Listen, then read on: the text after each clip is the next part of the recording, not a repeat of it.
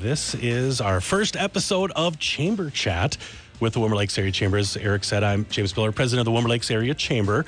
So first off, I got to say a big thank you to KWLM and Lakeland Media for providing us with this opportunity to be on the air nearly every Thursday. That's the plan. We're going to be here every Thursday talking about the Chamber, but more importantly about our Chamber members. And we'll get to our first guests here in just a bit, but just the opportunity to have this chance to talk about what's going on in the area, what we're about, and what we strive to create through the work of the Warmer Lakes Area Chamber. I mean, our goal is to promote and advocate for the area-wide community, and that's the business community, but the community as a whole. That's really important to us as a chamber. I mean, we really are an organization that promotes the community. We promote it, though, through our business community, because I truly believe, and I think we as a chamber truly believe, that a thriving business environment is what creates good community. That's what builds tax base. That's what creates job opportunities. That's what creates a lot of things. So the more we do that, the better off we'll be in the long run. We really stand for community promotion, advocacy, relationships, and of course, economic development. But we could talk more about the Chamber throughout the series of Chamber Chats. But again, today being our first one, I wanted to start things off kind of with a bang with a couple of great guests in studio and one of our Chamber members. And so we've invited Mike and Terri Wood from Woody's Trucking. You've maybe seen the trucks around town.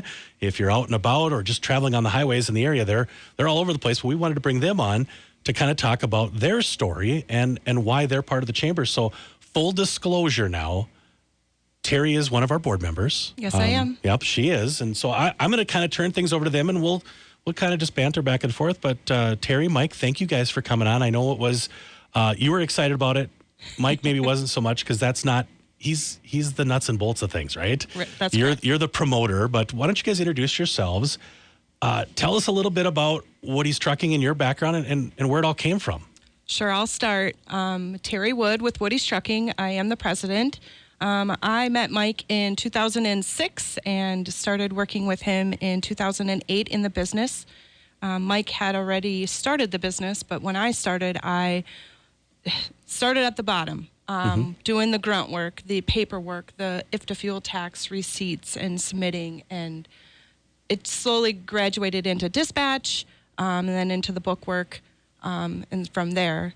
Mike, you want to start from the beginning? Mike Wood, Woody's Trucking. I started this in 2001, so bought my first truck and figured out how to drive it, and here we are. I do most of the dispatch work, and Terri does most of the office stuff. So let's touch on that. So the idea was you wanted to get into trucking, right? That was the goal. You said, I'm going to buy a truck and see where it goes. Yeah. Buy a truck, and here we go. And, bought one, bought another one, bought a third one, and just kept running. Of course, I, drove and dispatch at the same time then, but I don't drive near as much as I used to. So Terry's not here. Let's talk about... Just you sit over there. We'll get to that. But the idea of starting the trucking business. So I mean, were you looking at other careers? Did you want to be a doctor, professional baseball player? What drove you to trucking, or what intrigued you? So I grew up on a dairy farm. Had no idea what big trucks were, and just loved the idea of driving a big truck and hauling freight and moving about the country. Okay. And I told Dad that's what I was going to do, and Dad said, "Are you sure?" And here we are. Well, and a number of years later, and how many trucks do you guys own now? There's 18 trucks. 18 trucks that run, and you guys are running all the time? All the time, 24/7. Yeah. Yep. That's awesome. So Terri comes into the picture. Now, you made her do all the dirty work first and work her way up the chain. I mean, obviously, she's brought a lot to the table. How was that experience? What was that like? Because, I mean, obviously, it's the start of a relationship, not only in real life, but also in the business world. Right. It has its plus and minuses, just like any marriage or business relationship does. Absolutely. And we set the ground rules pretty early on that work needed to stay at work and home needed to stay at home, even though we were husband and wife. But that was pretty early on in the relationship. And it obviously, we have employees working 24 hours a day, 7 days a week, somebody's still on call. Somebody's still taking those phone calls if there's a breakdown or an emergency. So yes, work does eke at home, Mike is taking those phone calls overnight when he's absolutely. on call, or any of our dispatchers are on call. But we settle it and continue on. So Okay. So 18 trucks. What do you haul mostly? You have obviously. So- I know you have a couple of clients. I mean, that are pretty big names. But yes. what's the day in Woody's Trucking like for you guys and for your team? Well, we have 65 drop trailers. They're all refrigerated trailers. So the goal is, right, to keep that truck moving with loaded trailers as much as possible. So we drop and hook and keep moving as much as possible. Everything's food grade, and deliver it safely. Yeah. So you talk about refrigerated trailers. So those are powered trailers that need to stay cold, I assume. I mean, They do heat as well. okay. There are sometimes there's product that we haul, not very often, that needs to be at 60 degrees, 50 degrees, or Okay. protect from freezing Yep. in the wintertime. So then it kind of works backwards than what the temperature is outside, per se. If it's 30 below, we have to protect the product from freezing Yeah. as well. We don't want to freeze fresh produce coming from the ports or Yep. California. So how far do you travel then? I mean, are we talking just upper Midwest, just Minnesota? I heard ports, so that tells me that it's not. But Well, we do a lot of freight in the Midwest and even just in Minnesota itself. But I mean, we send trucks to California. We also send trucks out to Philadelphia, New Jersey area that does typically load out of the ports to come back home. okay, And we would get produce coming back from California. okay. So a timeline of some of those bigger trips then, it's a couple day drive out, couple day drive back. California and back. I mean, that's an 8-day trip. We do Wow. we do Pennsylvania in about 5. Okay, okay. Yeah. Do you like being more down to the dispatch, or you still every once in a while go, I want to get out on the road too, or only in a pinch? I mean, right now it's pretty much only in a pinch. Yeah. Not that I would like to do it more. It Okay. just doesn't work. We also have 3 young children, and Yep. I don't get in the truck near as much as I would like. Okay. So, I mean, Mike had a pretty good idea of where he wanted to go. You come into the picture, Terry. Trucking chief of operations, was that in the career dreams? Growing up, I also grew up on a dairy farm. Okay. Oh, wow. Mike grew up on a dairy farm in Lester Prairie. I was in Glencoe, Minnesota. And I went to school for accounting. I didn't ever know where I was going to go with that. I grew up on a dairy farm. I watched my mom do the book work, stay up late. She did all the book work. And I always thought to myself, I don't want to stay up till 10, 11 o'clock doing the book work at night. And wow, I now sit back, I'm like, oh my gosh, I do everything that my mom did growing up as a kid. I will work, if I need, I'll have to work from home late at night or early in the morning. But I never envisioned I would fall into that directly, but here I am. Yeah. Well, but there's a beauty of creating your opportunity, running your own business gives you some freedom to some degree. I mean, obviously, like you said, having to do the books late at night or you're always on call. But I mean, ultimately, when you look at that entrepreneurial spirit, that's kind of what you want it to be, isn't it? Yep, exactly. What have been some of those challenges that you didn't realize maybe that you were going to run into? What have been some of those sticking points, if you will? I mean, obviously, trucks breaking down. You're dealing with mechanics. I know, Terry, you and I have talked about changes to the industry. Yep. Always can be challenging, or regulatory Yes. hurdles, if you will. Yeah, there's a lot of the federal motor carrier. There's always rules adding, changing that, we're constantly, doing back work, to keep up with that. Mike and I are heavily active in the Minnesota Trucking Association. Mike's on the board of directors. I'm involved with the Safety Council that meets monthly, and we're always talking about new regulations and regulatory updates and, when they're going to be into effect, and when we have to get those timelines implemented within our company to make sure that we have all our checks and balances in place to make sure that we are creating a safe environment for our company and our drivers out there on the roadway. Ultimately, the end goal is we want to get these guys out there doing their job safely, and we want everybody to return home to their families.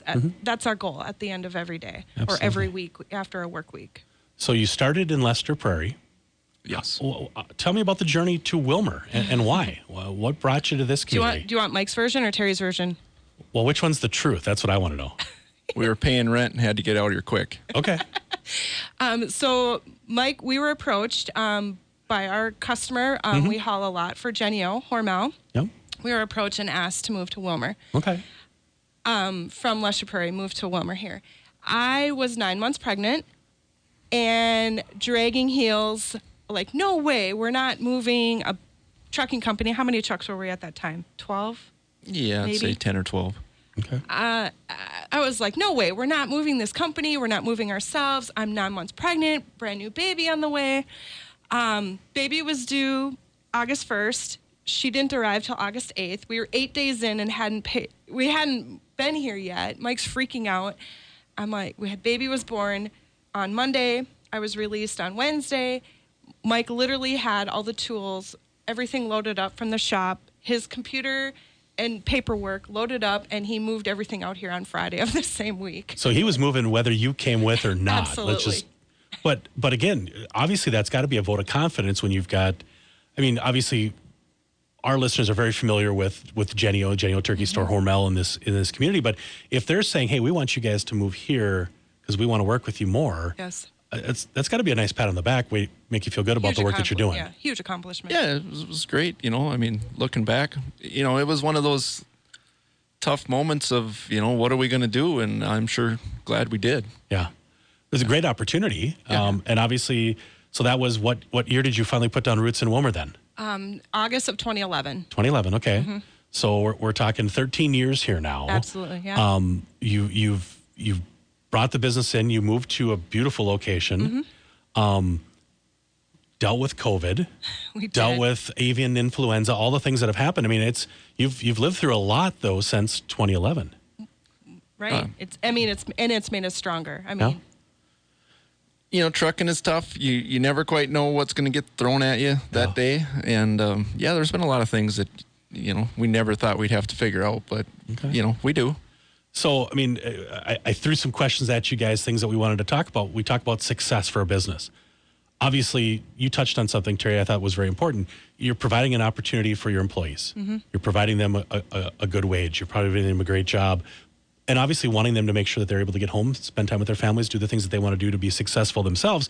How do you guys define success? I mean, obviously, you look at the number of trucks, the number of loads. I mean, what is it for you guys? How do you define that within your business, but maybe in the industry as a whole? I'm really going to say it's getting those guys home. I mean, of course, we're watching the bottom line and trying to keep everything loaded, but, we want to get those guys home too. And safely, and picking up pieces is never fun. No. So it's building camaraderie and relationship. Knowing in the small business world, knowing each one of those employees by their name, knowing their husbands, having get-togethers, husbands or wives, I should say. Building those relationships and knowing them by name, and when I call, they're not, oh, the boss lady's calling, like, what's the matter? And usually I'm calling, like, how's it going? What is there something, just being that social support on the backside is huge. But mentally, they need that as well. Yeah, I don't think it's a cliche when you say it's about family. It's a family business. You guys are obviously, it's a family business, but it is for them too. You get to know your employees, get to know your crew. I'd be remiss if I didn't mention, you've had a pretty successful year, all things considering. You won an award for Woody's Trucking under the SBDC, right? Yes, yeah. So I was selected as the SBA Woman-Owned Small Business of the Year 2024. This goes all the way back to 2002 or 3. You started working with Dwayne Hoverstein at Ridgewater College through some business management courses, and we've, as he would claim, we are his special project. And Dwayne reached out to me late last fall and said that he wanted to nominate me for this award, and I was like, there's no way that they're going to select me. That I just didn't think it was possible. And I was told in March then that I was the recipient of this award. So truly honored. Faith and trust go a long way in anything, small or large business, in personal or business world, it goes a long ways. Yeah, but it says a lot about your business, though, too, and obviously the connection and the work together. I mean, as much as it's a Small Business Woman of the Year, business woman-owned business, it really is the two of you that own this and Absolutely. and run it, and that's awesome.